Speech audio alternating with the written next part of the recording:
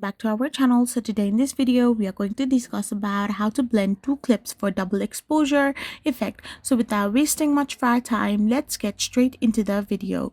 So if you want to simply blend two clips for double exposure effect, all you got to do is simply go to your Adobe or any of the video editing or photo editing app. Once you're in it, you can simply use like this tool to blend two clips for double exposure.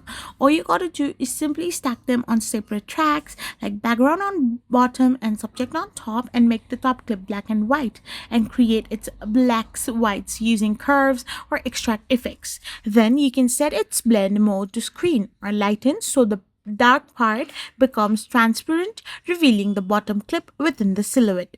Now you need to fine tune by adjusting contrast, position, and scale in the effects panel.